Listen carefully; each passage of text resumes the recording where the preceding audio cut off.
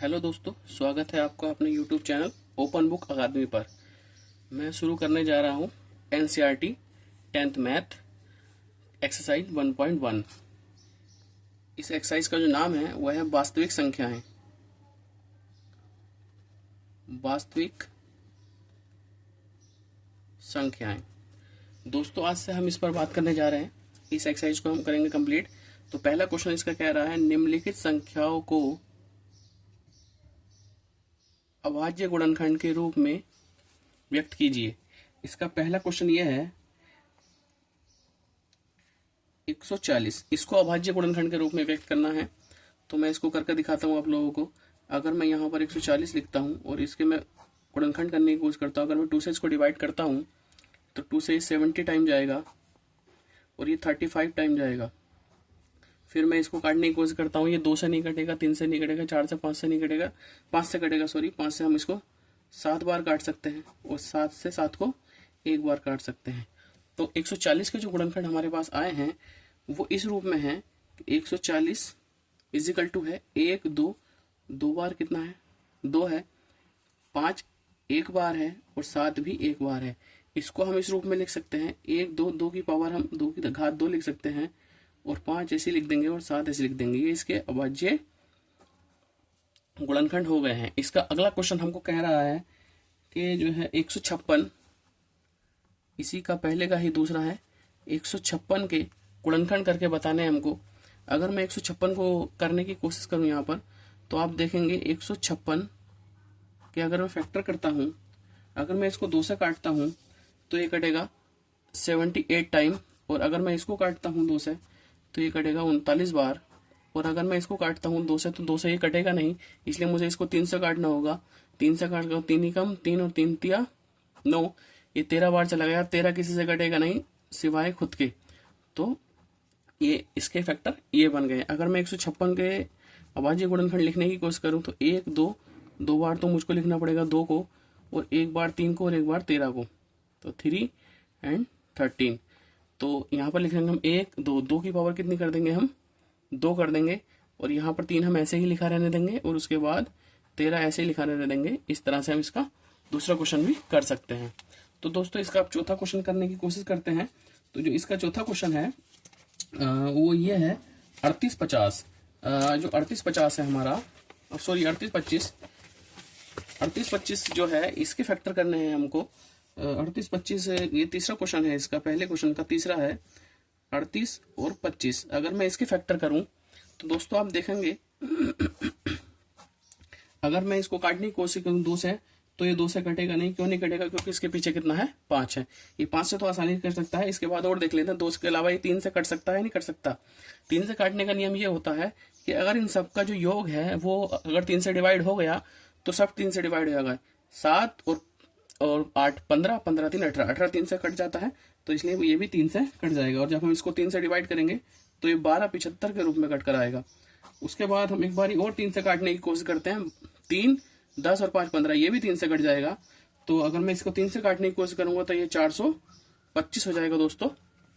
उसके बाद ये अगर मैं देख लेता हूँ एक बार 200 तो कटेगा ही नहीं, जब पहले ही नहीं कटा तो एक बारी मैं और देख लेता हूँ। अगर ये 3 से काटने की कोशिश कर लेते हैं, ये कोई 6 और 5 11, ये नहीं कटेगा, इसलिए हम सीधा 4 से भी नहीं कटेगा, 5 से काटने की कोशिश करते हैं इसको।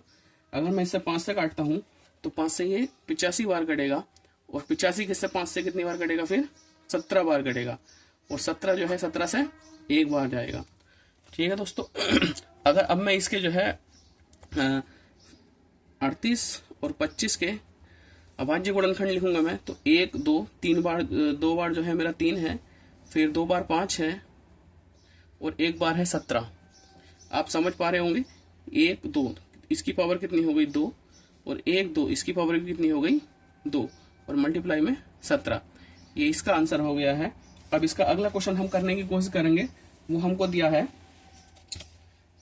5005।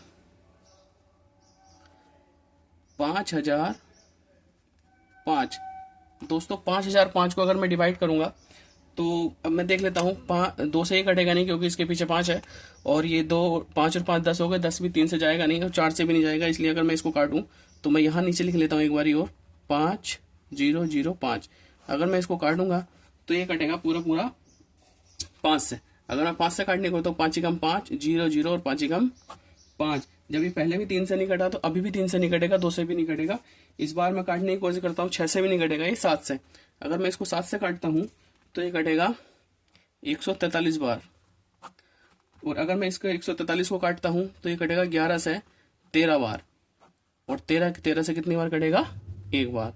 इसके भी अगर मैं अभाज्य गुणनखंड बनाने की कोशिश करूँ दोस्तों तो 5005 के जो अभाज्य गुणनखंड है 5 गुणा 7 गुणा 11 गुणा 13, यही इसका आंसर है। क्यों इसमें किसी की पावर नहीं चढ़ाएंगे, क्योंकि जितने भी हमको डिजिट दिए हैं, जितने भी नंबर्स हमको दिए हैं वो सभी एक एक बार हैं। इसके बाद हम अगला क्वेश्चन करने की कोशिश करते हैं। जो अगला क्वेश्चन हमको बताया गया है उस क्वेश्चन को बनाएंगे अब हम। तो उसका जो 5वां क्वेश्चन है इसी का, इसका 5वां क्वेश्चन हमको कह रहा है 7429, इसके हमको फैक्टर करने हैं। इसके फैक्टर करने पर हमको क्या मिलेगा ये देख लेते हैं। अगर मैं इसके फैक्टर करूं 7029 के, तो अगर ये मेरे को 17 से कटेगा। 17 से अगर मैं काटता हूं इसको तो 437 बार ये कटेगा। उसके बाद अगर मैं इसको दोबारा काटने की कोशिश करता हूं तो ये 29 से कट जाएगा, सॉरी 19 से 23 बार कटेगा। और 23 से 23 बार एक ही बार जाएगा। ठीक है, तो अगर मैं इसके फैक्टर करने की गुणनखंड करने की कोशिश करूं, फैक्टर करने की कोशिश करूं और मैं बताऊं आपको तो कितना आएगा 17, 19 एंड 23, यही इसका आंसर होगा। तो देखिए दोस्तों, अगला क्वेश्चन अगर हम करते हैं तो उसमें ही कहा गया है पूर्णांकों के निम्नलिखित युग्मों के एचसीएफ और एलसीएम ज्ञात कीजिए तथा इसकी जांच कीजिए कि दो संख्याओं का गुणनफल बराबर होगा एचसीएफ और एलसीएम के गुणनफल के। तो दोस्तों हम दूसरे का पहला क्वेश्चन करेंगे 26 और 91। 26 और 91 के अगर हम फैक्टर करने की कोशिश करेंगे, इसका एलसीएम एचसीएफ लेंगे और दोनों की मल्टीप्लाई करके देखते हैं क्या ये इक्वल होता है या नहीं होता है।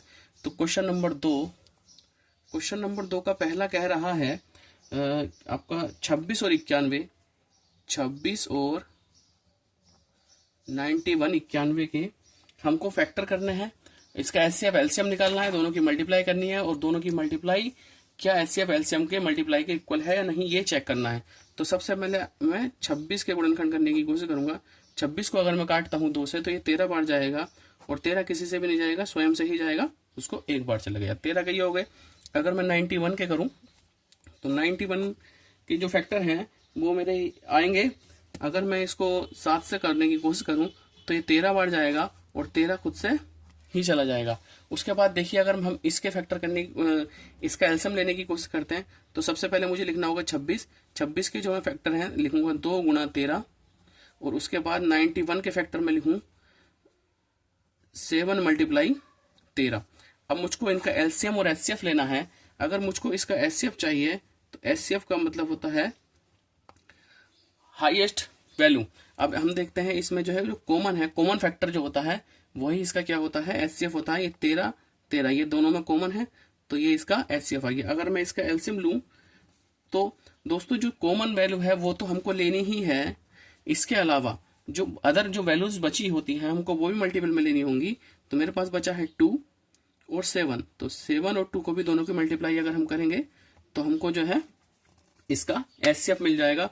और मैं इनकी दोनों की अगर मल्टीप्लाई करूं तो 13 7 91 और 91 दूनी हो गया 182, तो ये आ गया। अब हमको जो है जांच करनी है।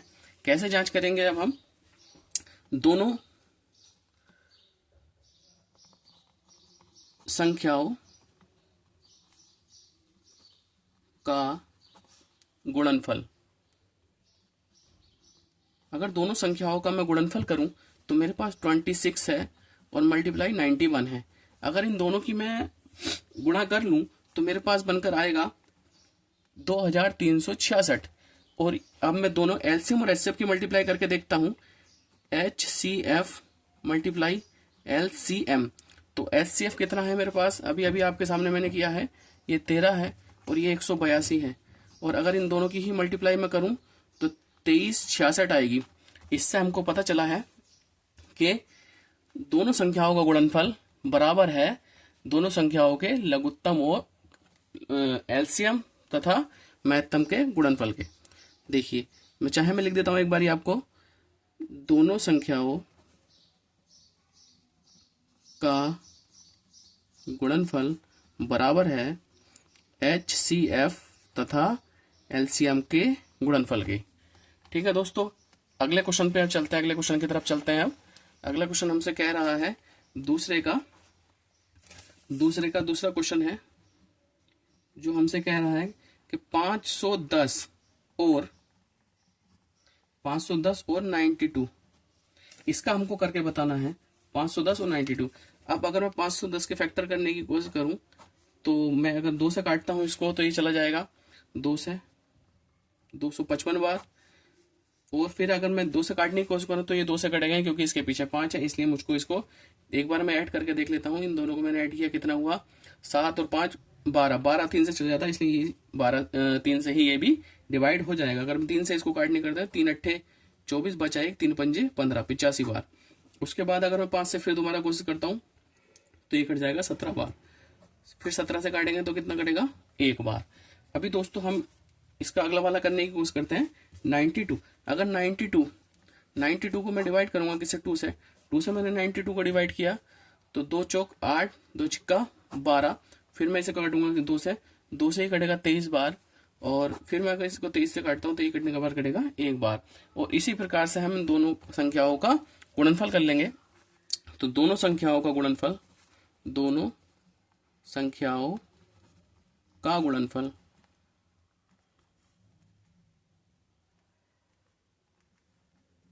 कितना होगा? दोनों संख्याओं का गुणनफल एक बार देख लेते हैं। 510 और गुणा 92 कितना बनकर आएगा मेरे पास? मैं एक बार इसकी गुणा करने की कोशिश करता हूं।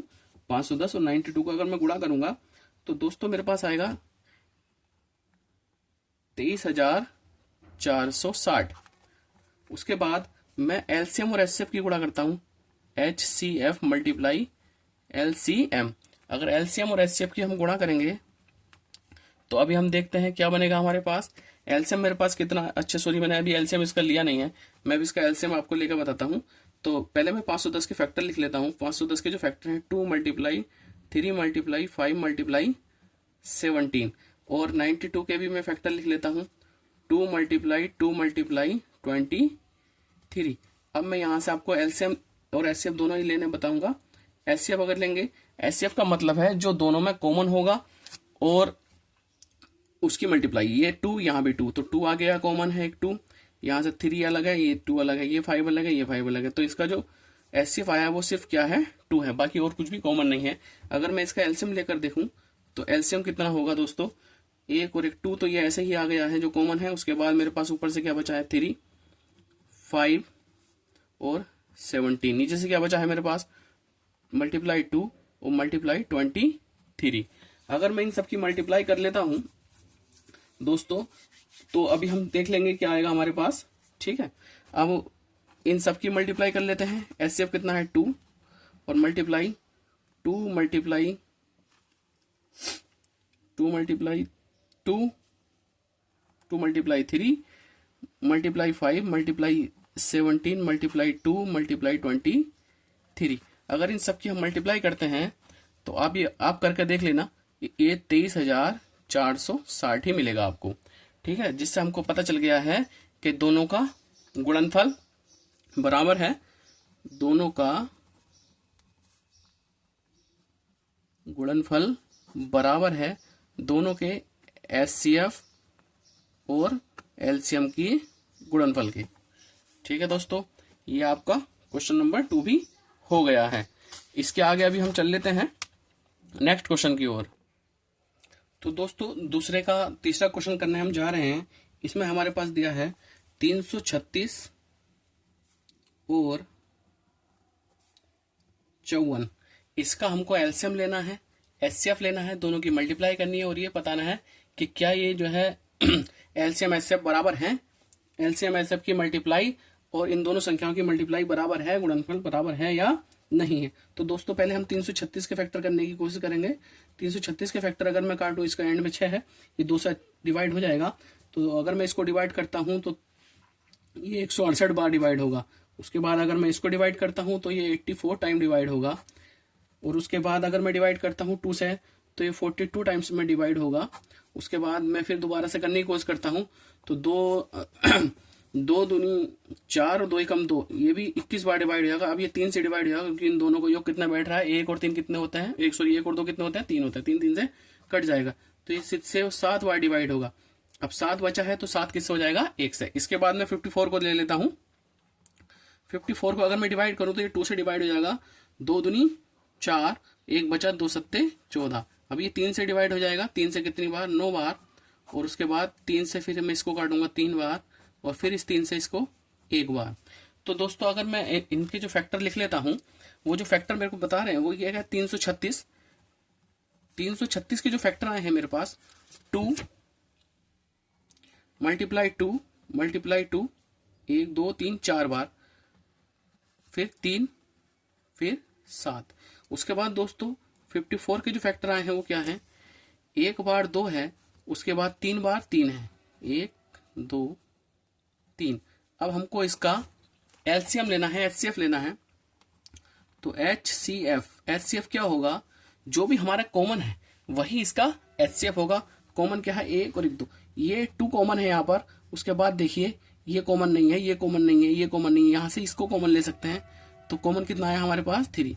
तो इसका एचसीएफ कितना बना बच्चों, 6। उसके बाद अगर मैं इसका एलसीएम लूं, एलसीएम क्या कहता है, एलसीएम ये कहता है जो कॉमन है वो आपके कॉमन रहेंगे ही, उसके बाद जो बचा है वो सब भी आपको मल्टीपल में लिखना होगा। यहां से देख लेते हैं, 2 कॉमन है, उसके बाद हमारे पास 3 कॉमन है, तो एक 2 आ गया यहाँ पर, एक 3 आ गया है। उसके बाद देखो ये बाकी के कितने बचे हैं, 3 और बचे हैं, इनको भी हम लेंगे, 1 2 3। उसके बाद यहां से एक 3 था, वो हमारा कॉमन आ गया है। उसके बाद कितने 2 बचे, 3 बचे हैं हमारे पास, 3 हमारे पास बचे हैं। ऊपर से कितना आ गया हमारा, 3 तो हमारा कॉमन ही आ गया है ये। हाँ दोस्तों, तो इसको हम देख लेते हैं, 1 2 3 4, 3 आ गए हैं, 1 2 3, ये इन तीनों को भी हम लिख लेंगे। 1 आ गया है, 2 और लिखने होंगे हमको, 1 2। उसके बाद जो बचा है हमको 7 लेना होगा, ये इसका एलसीएम हो गया। और दोस्तों अगर एलसीएम एलसीएम की और एचसीएफ की मल्टीप्लाई करके देख लेते हैं अभी कि एलसीएम और एचसीएफ की मल्टीप्लाई क्या आएगी। पहले दोनों संख्याओं का हम गुणनफल देख लेते हैं। दोनों संख्याओं का गुणनफल बराबर, दोनों संख्याएं कितनी है हमारे पास, 336 मल्टीप्लाई 54। अगर इन दोनों की मैं मल्टीप्लाई करूं 336 और 54 की, तो मेरे पास आएगा 18,144। और अगर मैं एलसीएम और एचसीएफ की मल्टीप्लाई करूं, इस एलसीएम की जो मैंने मल्टीप्लाई की, अगर इनको जो अगर मैं देखता हूं तो 3024 मुझको मिला है। अब मैं देखता हूं एलसीएम मल्टीप्लाई एचसीएफ, इन दोनों की मल्टीप्लाई करूं, एचसीएफ मेरे पास कितना आया है, 6 आया है, और एलसीएम कितना आया है, 3024 गुणा 6। इन दोनों की भी मैं मल्टीप्लाई करूं तो आएगा मेरे पास 18,144। इसके बाद दोस्तों हम अगले क्वेश्चन की तरफ चलते हैं। Question number 3। क्वेश्चन नंबर 3 हमको क्या कहता है, क्वेश्चन नंबर 3 हमसे कह रहा है कि क्वेश्चन नंबर 3 हमको कह रहा है, ये एक बार आप देख लीजिए, अभाज्य गुणनखंड विधि द्वारा निम्नलिखित पूर्णांकों के एचसीएफ और एलसीएम ज्ञात कीजिए। एलसीएम और एचसीएफ ज्ञात कीजिए अभाज्य गुणनखंड विधि द्वारा। ठीक है, तो मैं पहला क्वेश्चन लिख देता हूं आपको, जो मेरा तीसरा है। तीसरे का पहला क्वेश्चन क्या कह रहा है कि अभाज्य गुणनखंड विधि द्वारा निम्नलिखित पूर्णांकों के एलसीएम और एचसीएफ ज्ञात कीजिए। जो हम पिछले सवाल में कर रहे थे बस उसी का आधा है ये। पहला क्वेश्चन कह रहा है 12, 15 और 21 का। तो हमको करना होगा, पहले 12 के हम फैक्टर करेंगे। 12 के फैक्टर करें 2 से, 2 कितनी बार जाएगा, ये 6 बार। 6 को अगर मैं 2 से काटूं कितनी बार कटेगा, 3 बार। और 3 को कितनी बार, 1 बार। उसके बाद अगर मैं 15 के फैक्टर करूं तो 15 3 से कटेगा कितनी बार, 5 बार। और ये कितनी बार कटेगा, 5 से 1 बार। उसके बाद मैं 21 के फैक्टर करता हूं तो ये 3 से कटेगा 7 बार। और ये 7 कितनी बार कटेगा, 1 बार। इसको आप जानते ही हैं, तो उतना ज्यादा मैंने समझाने की कोशिश नहीं की। ये आपने 5th 4th 7th 7 पे आपने खूब सीखा है ये एलसीएम, इस तरह से इनके फैक्टर करना। अभी हम देख लेते हैं कि इसका एलसीएम क्या होगा और एचसीएफ क्या होगा। देखिए मैं लिख लेता हूं 12। तो 12 के फैक्टर कितने हैं मेरे पास, 12 के फैक्टर है 2 गुणा 2 गुणा 3। उसके बाद मैं लिख लेता हूं 15। 15 के फैक्टर कितने हैं मेरे पास, 3 गुणा 5। और अगर मैं 21 के फैक्टर लिखूं तो मेरे पास 21 के फैक्टर होंगे 3 गुणा 7। अब मुझको इसका एलसीएम लेना है। एलसीएम क्या आएगा और HCF लेना है। अब आप देखिए ध्यान से, एलसीएम का मतलब है जो कॉमन है वो हमको एक ही बार लेना है। कॉमन क्या है हमारे पास, 1 2 3, 3 कॉमन है इसमें, तो 3 तो हमको एक बार ले लिया। फिर वो जो बचा हुआ उसके बाद हम देख लेते हैं हमारे पास कितना बचा, 2 और 2, 5 और 7। ये इसका क्या बना हमारे पास, इसका एलसीएम हो गया है ये। और एलसीएम कितना है, अगर मैं इसकी मल्टीप्लाई करूं, 3 दूनी 6, 5 दूनी 10, 60, 7 छिंग 42, 720। इसके बाद अगर मैं इसका एचसीएफ लूं तो एचसीएफ में हाईएस्ट कॉमन लेते हैं। जो कॉमन फैक्टर है सब में कॉमन क्या है, यहां भी 3 है, यहां भी 3 है, यहां भी 3 है, तो इसका एचसीएफ कितना हो गया, 3। बस यही इसका आंसर होगा। उसके बाद अगले क्वेश्चन की तरफ बढ़ते हैं हम दोस्तों। अगला क्वेश्चन हमारा कह रहा है वो 17, तीसरे का दूसरा क्वेश्चन है कि 17, 23 और 29, इसके हमको एलसीएम और एचसीएफ बताना है। तो अगर मैं चलूं 23, 17, 23, 29 के अगर मैं फैक्टर करने चलूं तो ये क्या बनेगा वो देख लेते हैं। 17 एक अभाज्य संख्या है, 23 भी अभाज्य संख्या है और 29 भी अभाज्य संख्या है। तो इसके फैक्टर करने पे मेरे को यही मिलेगा कि अगर मैं 17 के फैक्टर करूं, 17 जो है 17 से कितनी बार कटेगा, एक बार, तो 17 के फैक्टर मुझको कितने मिले, 17 गुणा 1। इसी तरह से अगर मैं 23 के करूंगा तो मुझको मिलेगा 23 गुणा 1। और अगर मैं 29 के फैक्टर करूंगा तो मुझको मिलेगा 29 गुणा 1। अब इसमें हमको देखना है एचसीएफ क्या बनेगा। एचसीएफ आप देखिए, एचसीएफ कॉमन सब में क्या है, 1, तो एचसीएफ क्या हो गया इसका, 1। और अगर मैं एलसीएम की बात करूं तो एलसीएम कितना होगा, 17, 23 और 29। कॉमन को एक ही बार लिखेंगे हम, बाकी जितना बचा होगा वो सब हमको एलसीएम में लिखना होता है। और एलसीएम का जो आंसर आ रहा है वो आपका, इन सब की अगर हम मल्टीप्लाई करते हैं तो इन सब की जो मल्टीप्लाई हमको मिलेगी वो हमारी मिलेगी 11,329। यही इसका आंसर है दोस्तों। तो दोस्तों अब हम तीसरे क्वेश्चन का तीसरा करेंगे। इसमें लिख रहा है 8, 9 और 25, इसका हमको एलसीएम बताना है और एचसीएफ बताना है। यदि मैं 8 के फैक्टर करूं तो 8 के फैक्टर हो जाएंगे, 2 से मैं काटता हूं इसको 4 बार, फिर 2 से ही कटेगा 2 बार, और 2 को काटेगा 1 बार। उसके बाद दोस्तों 9 के अगर मैं फैक्टर करूं तो ये 3 से कितने टाइम जाएगा, 3, और फिर 3 को काटेंगे तो 1 टाइम। उसके बाद 25 है, अगर 25 को मैं डिवाइड करता हूँ 5 से तो ये 5 बार डिवाइड होगा। उसके बाद फिर 5 से 5 को 1 बार डिवाइड होगा। तो दोस्तों अगर मैं यहाँ से बनाने की कोशिश करता हूँ, 8 के फैक्टर लिखूँ 2 मल्टीप्लाई 2, और अगर 9 के फैक्टर में लिखूँ तो 3 मल्टीप्लाई 3, और अगर मैं 25 के फैक्टर लिखता हूँ तो क्या है मेरे पास 5 गुणा 5। अगर मैं यहाँ पर भी 1 लिख दूँ और यहाँ पर भी 1 लिख दूँ और यहाँ पर भी 1 लिख दूँ तो अब आप देखिए यहाँ से मेरे पास, इसमें अगर 2 है तो यहाँ 2 नहीं है, यहाँ पर 2 नहीं है, यहाँ अगर 3 है तो ऊपर 3 नहीं है, यहाँ पर 5 है तो ऊपर 5 नहीं है, यानी कि कॉमन इनमें कुछ भी नहीं है सिवाय 1 के। तो यही इसका क्या हो जाएगा, HCF। जो कॉमन होता है वही हमारा क्या होता है, HCF होता है। अब हम एलसीएम की बात कर लेते हैं दोस्तों। तो एलसीएम हमारा क्या होगा, इन सभी की जो मल्टीप्लाई होगी वो एलसीएम होगा। यानी कि ऊपर से अगर मैं लेता हूँ 2 मल्टीप्लाई 2, 3 मल्टीप्लाई 3 और मल्टीप्लाई 5 और मल्टीप्लाई 5, अगर इन सबकी मैं मल्टीप्लाई कर लेता हूं तो दोस्तों ये इसका एलसीएम हो जाएगा। अभी हम देख लेते हैं कितनी मल्टीप्लाई करके कितना आएगा इसको। 2 दूनी 4 दूनी 8, 9, 8 निम 72, 5 पंजे 25, 72 और 25 की अगर हम मल्टीप्लाई करेंगे तो दोस्तों हमारे पास आ जाएगा 1800। यही इसका आंसर है दोस्तों। ये देखिए दोस्तों, चौथा क्वेश्चन हमको दिया है एचसीएफ जो है हमको दिया है 9, और संख्याएं दी है हमको 306 और 657, और हमको इसका एलसीएम ज्ञात करना है। तो दोस्तों हमारे पास एक फॉर्मूला होता है कि HCF का और एलसीएम का मल्टीप्लाई होता है दोनों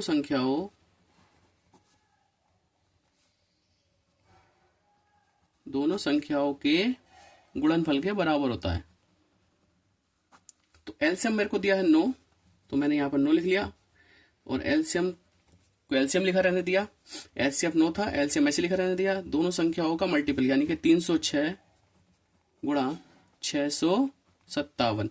अब मैंने एलसीएम को यहीं रोका, ये इसकी मल्टीप्लाई में है, बराबर के उधर जाएगा तो भाग में चला जाएगा 657। भाग का मतलब पहुंच गया नीचे। अगर मैं इस 9 से काटने की कोशिश करूं इसको, तो 9 तिया 27 हो गए हैं, फिर बचेगा यहाँ से 3 उतारे से 9 चौक 36। अब मुझको 34 और 657 की मल्टीप्लाई करनी होगी। तो देखते हैं दोस्तों ये मल्टीप्लाई कितनी आती है, इसको करने की कोशिश हम करते हैं। तो जब मैं इसको मल्टीप्लाई करूंगा तो मुझे मिलेगा 22,338। 22,338। आप करके देख लेना इसकी मल्टीप्लाई। ठीक है दोस्तों, कितना आ गया है 22,338। ये देखिए, थोड़ा वीडियो बनाने में थोड़ा सा हो गया था, मैं दिखा नहीं पाया आपको। ये देख लीजिए, एलसीएम गुणा एचसीएफ गुणा एलसीएम दोनों संख्याओं के गुणनफल के बराबर होता है। यहाँ मैंने एचसीएफ की वैल्यू रख दी है, एलसीएम ऐसी रखा रहने दिया है, इसकी वैल्यू फाइंड करनी है। यहाँ से देखिए 306 एक पहली संख्या है और दूसरी संख्या ये है। अब हमने यहाँ से देखो एलसीएम रोक दिया यहाँ पर, ये इसके गुणा में है, बराबर के उधर जाएगा तो भाग में चला जाएगा दोस्तों। और अगर मैं 9 से अगर 306 को डिवाइड करने की कोशिश करता हूँ तो ये 34 बार कटेगा, और 34 की और 657 की गुणा करते हैं तो यही आंसर आ जाएगा 22,338, और यही आपका आंसर है दोस्तों। अब अगले क्वेश्चन की तरफ बढ़ते हैं, क्वेश्चन नंबर 5 की तरफ। तो दोस्तों अब हम 5वें क्वेश्चन की तरफ चलते हैं। 5वां क्वेश्चन हमसे कह रहा है कि जांच कीजिए कि क्या किसी प्राकृतिक संख्या n के लिए संख्या 6 की पावर n अंक 0 पर समाप्त हो सकती है। तो दोस्तों इसको करने से पहले हम देखेंगे कि कोई भी प्राकृतिक संख्या 0 पर तब ही समाप्त हो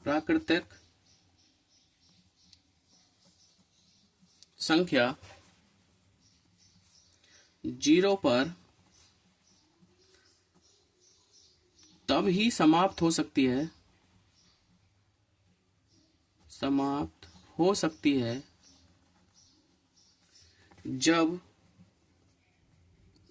उस संख्या के गुणनखंड में 2 गुणा 5 हो। तो दोस्तों अगर मैं 6 के गुणनखंड करूं तो 6 के जो गुणनखंड हैं तो वो 2 गुणा 3 होंगे। 6 के गुणनखंड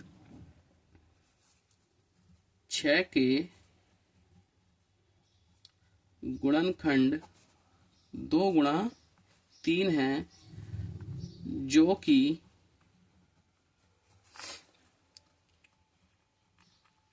तुलना करने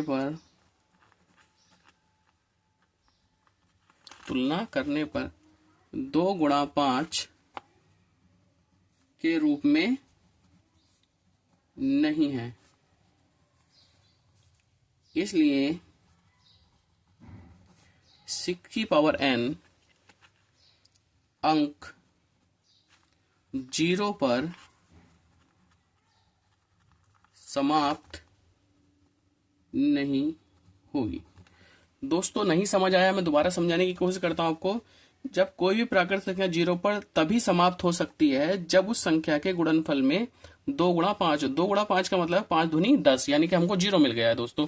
इसके बाद हम देखते हैं हमारे पास जो है 6 के अगर मैं गुणनखंड करूं तो 2 गुणा 3 है, और जो 5 गुणा 2 है तुलना करने पर इसके रूप में हमको नहीं मिलते। 5 गुणा 2 के रूप में हमको नहीं मिलते। इसलिए जो है 6 की पावर n का जो अंक है वो 0 पर समाप्त नहीं होगा। ठीक है दोस्तों, अब हम चलते हैं क्वेश्चन नंबर 6 की तरफ दोस्तों। तो दोस्तों अब हम चलते हैं क्वेश्चन नंबर 6 की ओर। व्याख्या कीजिए कि 7 गुणा 11 गुणा 13 प्लस 13 और 7 गुणा 6 गुणा 5 गुणा 4 गुणा 3 गुणा 2 गुणा 1 प्लस 5 भाज्य संख्याएं क्यों हैं। तो दोस्तों हम करने की कोशिश करते हैं। पहले क्वेश्चन को हम लिखेंगे 7 गुणा 11 गुणा 13 और प्लस 13। यहां से आप देखिए ये प्लस के 13 इधर है और बाकी सब इधर, तो यहां से अगर मैं चाहूं तो 13 कॉमन ले सकता हूं। तो अंदर से मेरे पास बचेगा 7 गुणा 1, यहां से 13 मैंने निकाल दिया तो यहाँ इसकी जगह बचेगा गुणा में 1, और ये 13 निकाल दिया तो इसकी जगह बचेगा 1। तो दोस्तों यहाँ पर मैंने 13 लिखा रहने दिया है, और अगर मैं इसकी मल्टीप्लाई करूं 11 सत्ते 77, 77 की 1 से करी तो 77 का 77 और प्लस का 1 78, तो 77 और प्लस का 1, तो मैं करूंगा 13 गुणा 78। ठीक है दोस्तों, अब अगर आप ध्यान से देखेंगे यहाँ पर तो 13 और 78 ये दो मल्टीप्लाई आ गई है दोनों की इनकी, और अगर मैं यहां पर भी एक मल्टीप्लाई लिख दूं तो उससे मुझको कोई फर्क पड़ने वाला नहीं है दोस्तों। यह एक भाज्य संख्या है, क्योंकि अगर मैं यहां पर मल्टीप्लाई करने की कोशिश करूं, यहां चलो 1 में मल्टीप्लाई में लिख देता हूं, तो ये अगर मैं काटूं तो 13 से कट जाएगा, 1 से कट जाएगा, ये भी 13 से कट जाएगा। तो दोस्तों यहां पर इसके जो गुणनखंड आए हैं वो एक के अलावा दो और हैं, एक और एक दो, इसलिए ये क्या है, भाज्य संख्या है। यह एक भाज्य संख्या है क्योंकि इसके अभाज्य गुणनखंडों में एक को छोड़कर दो और गुणनखंड है, एक के अलावा दो और गुणनखंड है, इसलिए क्या है, ये एक भाज्य संख्या है। चलिए इसको और कर लेते हैं, तभी आप हो सकता है आपकी समझ आ जाए इस तरह से। देखिए 7 multiply 6 multiply 5 multiply 4 multiply 3 multiply 2 multiply 1 और प्लस का 5। अब आप ध्यान से देखिए, यहां भी 5 है प्लस के उधर, यहां भी 5 है, तो अगर मैं इसको कॉमन ले लूं तो मैंने 5 यहां पर कॉमन लिया है, तो बचा मेरे पास 7, 6 और 4, यहां पर 3, यहां से 2, यहां से 1 और प्लस का 1। तो दोस्तों अगर मैं इसकी सबकी मल्टीप्लाई करूं तो मल्टीप्लाई करने पर मुझको जो मिलेगा वो मिलेगा 1009। यहां से मैंने 5 कॉमन ले लिया है और इनकी सबकी मैंने मल्टीप्लाई की तो 1008 मिला मुझको, और एक मैंने ये ऐड कर दिया है इसमें, तो 1008 प्लस का 1। ठीक है दोस्तों, तो 1008 प्लस का 1 कितना हो गया, 1009, तो 5 मल्टीप्लाई 1009। और अगर मैं चाहूं तो इसके यहाँ पे मल्टीप्लाई में 1 लिख सकता हूं। देखिए दोस्तों, अब हम देखते हैं कि यहाँ जो हमने देखा था, यहाँ 13, 78, 1 इसके फैक्टर आए हैं, और 5, 1009 और 1 ये इसके फैक्टर आए हैं। तो यानी कि इसमें एक के अलावा एक और एक दो, एक के अलावा एक और एक दो, एक के अलावा भी दो और फैक्टर हैं, दो और गुणनखंड है इसके, इसलिए क्या है, दोनों ही भाज्य संख्या हैं। इसमें हम लिख सकते हैं ऐसे करके दोस्तों, यह एक भाज्य संख्या है, यह दोनों ही भाज्य संख्या है, यह दोनों ही भाज्य संख्याएं हैं, क्योंकि इनके अभाज्य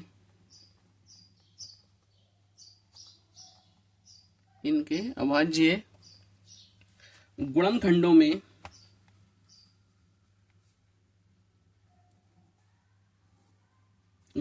में एक के अलावा दो और गुणनखंड हैं, दो और गुणनखंड हैं। ठीक है दोस्तों, इसके बाद हम चलते हैं अगले क्वेश्चन की ओर, क्वेश्चन नंबर 7 की ओर। देखिए दोस्तों, क्वेश्चन नंबर 7 की तरफ हम चलते हैं। इसमें लिखा है, किसी खेल के मैदान के चारों ओर एक वृत्ताकार पथ है, यानी कि गोल पथ है, वृत्ताकार है। इस मैदान का एक चक्कर लगाने में सोनिया को 18 मिनट लगते हैं, जबकि इसी मैदान का एक चक्कर लगाने में रवि को 12 मिनट लगते हैं। मान लीजिए कि वे दोनों एक ही स्थान और एक ही समय पर चलना प्रारंभ करके एक ही दिशा में चलते हैं। कितने समय के बाद वे पुनः प्रारंभिक स्थान पर मिलेंगे? तो दोस्तों ऐसे क्वेश्चन में हम जो है इनका एलसीएम ले लेते हैं, और जो एलसीएम आता है वही इनका आंसर होता है। चलिए एक बार समझने की कोशिश करते हैं कि रवि द्वारा लिया गया समय कितना है। रवि एक चक्कर कितने समय में लगाता है? क्वेश्चन नंबर है हमारा 7, लिख रहा है रवि द्वारा एक चक्कर लगाने में लिया गया समय कितना है दोस्तों? रवि ने कितना समय लिया है एक चक्कर लगाने में? 12 मिनट का। सोनिया द्वारा एक चक्कर लगाने में लिया गया समय कितना है दोस्तों? 18 मिनट। दोनों पुनः मिलेंगे, देखिए कब मिलेंगे, मैं एक बार आपको इसका थोड़ा सा बना करके बता देता हूं। मान लीजिए ये कोई एक हमारा व्रत है, इस व्रत पर यहां से सोनिया और रवि दोनों चलना प्रारंभ करते हैं। रवि चल रहा है 12 मिनट में, सोनिया चल रही है 18 मिनट में। दोनों ने चलना प्रारंभ किया इस तरह से, इस तरह दोनों एक ही दिशा में चल रहे हैं। और ये पुनः कहाँ किस पॉइंट पर आकर मिलेंगे दोबारा से, क्योंकि ये जो रवि है, रवि हमारा ले रहा है 12 मिनट, तो ये कितने टाइम में चक्कर लगाएगा? और सोनिया हमारी ले रही है 18 मिनट, तो ये कितने समय में चक्कर लगाएगी वो अभी हम देख लेते हैं। अगर मैं दोनों का एलसीएम ले लूं, 12 और 18 का जो एलसीएम आएगा वही इसका आंसर होगा। मैंने 2 से डिवाइड किया, ये 6 टाइम गया और ये 9 टाइम। उसके बाद मैं अगर 2 से डिवाइड करता हूं तो ये 3 टाइम जाएगा, और ये कितने टाइम जाएगा? ये 2 से पूरा पूरा नहीं कटेगा, इसलिए इसका लिखेंगे। उसके बाद मैं 3 से डिवाइड करता हूँ तो ये एक बार जाएगा, और ये जाएगा आपका 3 टाइम। उसके बाद यहाँ से 3 से डिवाइड करता हूँ तो ये 1 और ये 1। तो अब आप देखिए इनका एलसीएम क्या होगा। एलसीएम आया हमारे पास 2 मल्टीप्लाई 3 मल्टीप्लाई 3, और इन सब की अगर मैं गुणा करूं 2 दूनी 4, 4 दिया 12, 12 दिया 36, यानी कि 36 मिनट के बाद वे दोनों जो है पुनः मिलेंगे। 36 मिनट के बाद दोनों जो है किसी भी स्थान पर एक साथ मिल जाएंगे। मान लीजिए 36 मिनट के बाद यहां पर वो दोनों मिल जाएंगे आफ्टर 36 मिनट्स। लेकिन अब एक बात समझ लेते हैं कि इस बीच में जो इन दोनों ने चक्कर लगाए हैं वो कितने चक्कर लगाए हैं। मान लीजिए अगर कोई आपसे पूछता है कि सोनिया ने कितने चक्कर लगाए मिलने के लिए, पुनः मिलने के लिए लगाए गए चक्कर, देखिए सोनिया ने कितने लगाए, तो यहां पर मैंने सोनिया लिख दिया है। सोनिया ने कितने लगाए, तो जो 36 था हमारा, तो सोनिया से और जितने मिनट में सोनिया चक्कर लगा रही थी उसको हमने डिवाइड कर दिया, तो कितना 2 चक्कर लगाने के बाद सोनिया मिलेगी। और जो हमारे रवि भाई हैं, रवि 36 को हम डिवाइड कर लेंगे रवि वाले चक्करों से 12, तो रवि ने दोबारा मिलने के लिए कितने चक्कर लगाए हैं? 3। तो सोनिया ने मिलने के लिए चक्कर लगाए हैं 2 और रवि ने चक्कर लगाए हैं 3। अब यहां पर आप चाहें तो लिख सकते हैं कि वे पुनः 36 मिनट बाद पुनः मिलेंगे। वे 36 मिनट बाद पुनः मिलेंगे। मैंने ये आपको एक्स्ट्रा समझाया है, ये आपके सिलेबस में नहीं है, वैसे समझा दिया मैंने आपको। आपका आंसर जो है यहां तक ही है, बस यहां तक। ठीक है दोस्तों, होगी मुलाकात इससे अगली वीडियो में, तब तक के लिए गुड बाय।